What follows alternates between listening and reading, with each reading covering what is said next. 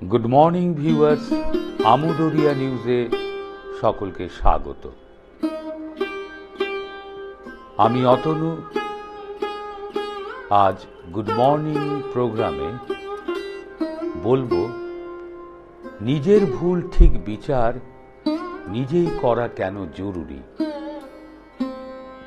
রোজ কি কাজ হলো, কি ভুল হলো, তা একা বসে ভাবতে হবে।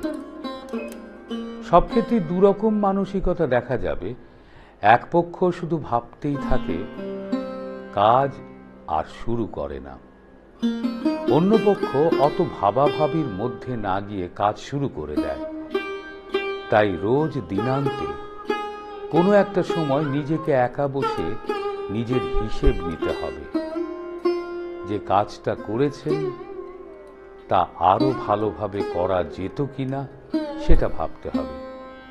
যে কাজটা হয়েছে সেটা এইভাবে করতে চেয়েছিলাম কিনা তাও তলিয়ে দেখতে হবে। এটা নিজের এগোনোর পথ প্রশস্ত করবে। কিন্তু যখন একা বসবেন তখন শুধু অতীত নিয়ে ভাবলে চলবে না।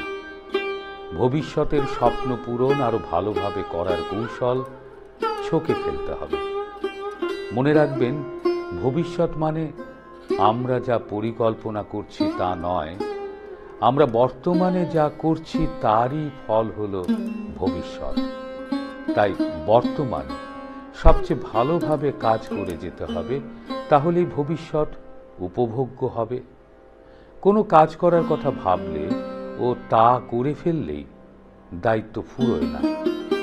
কাজটা ঠিকঠাক হয়েছে কিনা, আরো ভালোভাবে করা যেত কিনা তা নিয়ে নিজেই পোস্টমর্টেম করতে হবে, যাতে আগামী দিনে কোনো রকম ভুলের পুনরাবৃত্তি না হয়। ভুলের কথা বারবার মনে রাখতে হবে। ভুল থেকে শিক্ষা নিতে হবে। মনে রাখতে হবে সমুদ্রের ঢেউয়ের কথা। ঢেউ এসে তীরে আছড়ে পড়ে, মিলিয়ে যায়, কিন্তু সেই জল ফিরে গিয়ে নতুন ঢেউ হয়ে ফিরে আসতে ভোলে না। কাজেই আমাদের নিজের কাজকে নিজে কাঁটা ছেঁড়া করার মানসিকতা রাখতে হবে। নিজের মানসিকতা হবে আয়নার মতো, যা কিনা টুকরো টুকরো হতে পারে, কিন্তু প্রতিটি টুকরোর প্রতিফলনের ক্ষমতা থেকে যায়। সেজন্য দিনের শেষে সারা দিনের কাজের বিশ্লেষণ নিরপেক্ষভাবে করতেই হবে। এটা অভ্যেস করলে ভবিষ্যতে সিদ্ধান্ত নিতে সুবিধা হবে। এমনকি যখন নিজের কাজ সম্পর্কে বিরূপ মন্তব্য শুনতে পাব, তখনও নিরপেক্ষভাবে তা বিচার করা দরকার। তাহলে বিরূপ মন্তব্যে মন খারাপ হবে না, বরং এগোনোর পথে বাড়তি সতর্কতা নেওয়া যাবে। আজ এই পর্যন্ত।